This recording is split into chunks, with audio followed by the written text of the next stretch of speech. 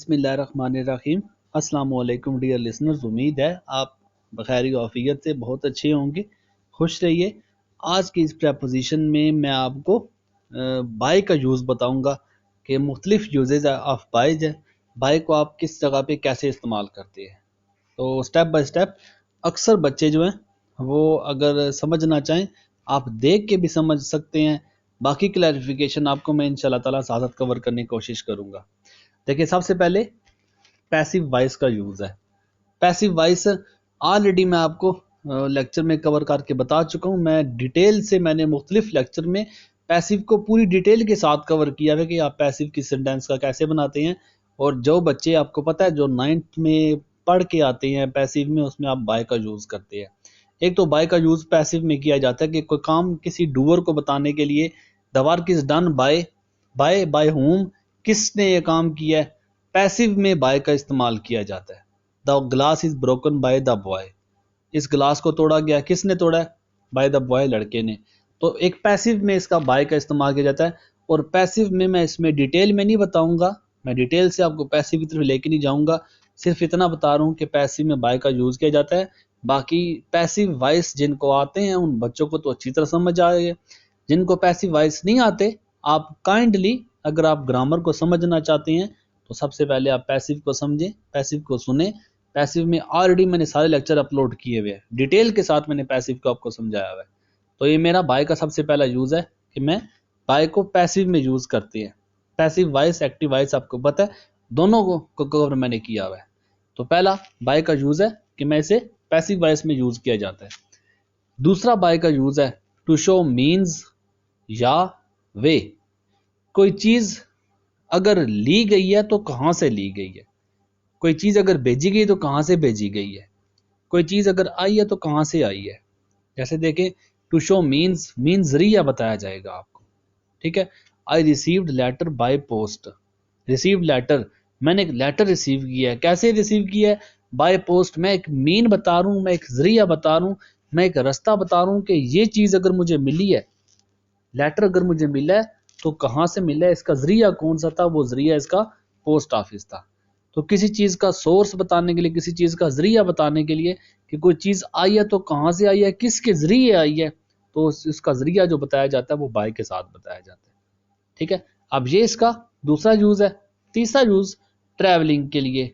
याद रखें, जब भी ट्रैवल करें तो ट्रैवल बाय बस, travel by train, travel by car, जो भी आपकी ट्रैवलिंग है, ट्रैवलिंग के लिए आप हमेशा बाय का यूज़ करते हैं। एक बात हो गई, ट्रैवलिंग के लिए हमने बाय का यूज़ करना है। ये मेरी 3 कवर हो चुके हैं बाय के इस्तेमाल में। नेक्स्ट मेरा आता है जो टू शो डूअर। डूअर कहते हैं काम करने वाला। आपने बताना है कोई काम किया तो किसने किया है। मैं जैसे आप देखें, ये बिल्कुल सेम टू सेम जो आपका पैसिव वॉइस है उसी के साथ मिलता जुलता है कि मैंने इसमें ग्लास तोड़ा तो किसने तोड़ा है, ठीक है। द बुक इज रिटन, किताब लिखी जाती है, लिखी गई है तो किसने लिख ली है, किसने लिखी है, किससे लिखी जाती है, बाय मिस्टर आदि, मिस्टर आदि से लिखी जाती है, मिस्टर आदि ने लिखी है। तो डूअर बताने के लिए, डूअर कहते हैं किसी काम का करने वाला, कि ये काम किया गया है तो किसके जरिए किया गया है, किसने किया है, उस डूअर को आप अक्सर बाय के साथ बताते हैं। तो ये हमारा 4th नंबर पॉइंट पे था। नेक्स्ट मेरा पॉइंट 5 नंबर है टू शो नियरनेस। आप ये याद रखें कि ये दो आप चीज़ें पक्की याद रख ले आप इसे, ये दोनों एग्जाम में बहुत बार रिपीट होने वाली चीज़ें हैं। नियरनेस, अक्सर औकात बाय का इस्तेमाल हम पास पड़ी चीज़ के लिए भी यूज़ करते हैं। आप किसी करीब को शो करने के लिए आप बाय का इस्तेमाल करते हैं। We live by the road. अब we live by the road का मतलब है कि हम रहते हैं लेकिन बाय द रोड, नियरनेस के रोड हमारे बिल्कुल पास है, हम रोड के बिल्कुल पास रहते हैं। नियरनेस, करीब को, आप किसी चीज़ के नज़दीक होने को बाय के साथ शो करते हैं। और लास्ट पॉइंट जो है वो टू शो डेडलाइंस। ये बहुत ही इंपॉर्टेंट है, ये दोनों पॉइंट्स इंपॉर्टेंट है, दोनों पॉइंट पेपर में बहुत रिपीट होने वाले हैं। ट्रैवलिंग वाला भी है लेकिन ये लास्ट दोनों पॉइंट काफ़ी पेपर में रिपीट आते रहते हैं। टू शो डेडलाइन, डेडलाइन कि आपको एक फाइनल टाइम दिया जाता है, आपको एक टास्क दिया जाता है, इस वक्त तक अगर मैं आपको एक असाइनमेंट देता हूँ, अगर मैं आपको एक टास्क देता हूँ, अगर मैं आपको एक काम देता हूँ मैं ये कहता हूँ मुझे ये काम 2 घंटे तक चाहिए, 2 घंटे तक चाहिए, इसमें कोई एक्सटेंशन नहीं है, मैं कोई इस मुद्दत को बढ़ाने वाला नहीं हूँ। ठीक है, जैसे अक्सर आप किसी यूनिवर्सिटी की, किसी कॉलेज की आप डेडलाइन देखते हैं, आप किसी यूनिवर्सिटी कॉलेज की आप उसका एडमिशन क्लोज डेट देखते हैं, तो admission will close from in by 15 Feb. By 15 Feb का मतलब है कि 15 फेब से आगे एक्सटेंशन नहीं मिलने वाली, 15 फेब डेडलाइन है। ठीक है, अगर बाय का यूज किया जाता है तो इसका मतलब है कि आप यहाँ तक ये फाइनल है, फुल एंड फाइनल हो जाएगी। उसके बाद आप इसके एक्सटेंशन, इसमें कोई किसी किस्म की आपको उसमें मजीद पीरियड नहीं मिलेगा। I want this task by 10 hours.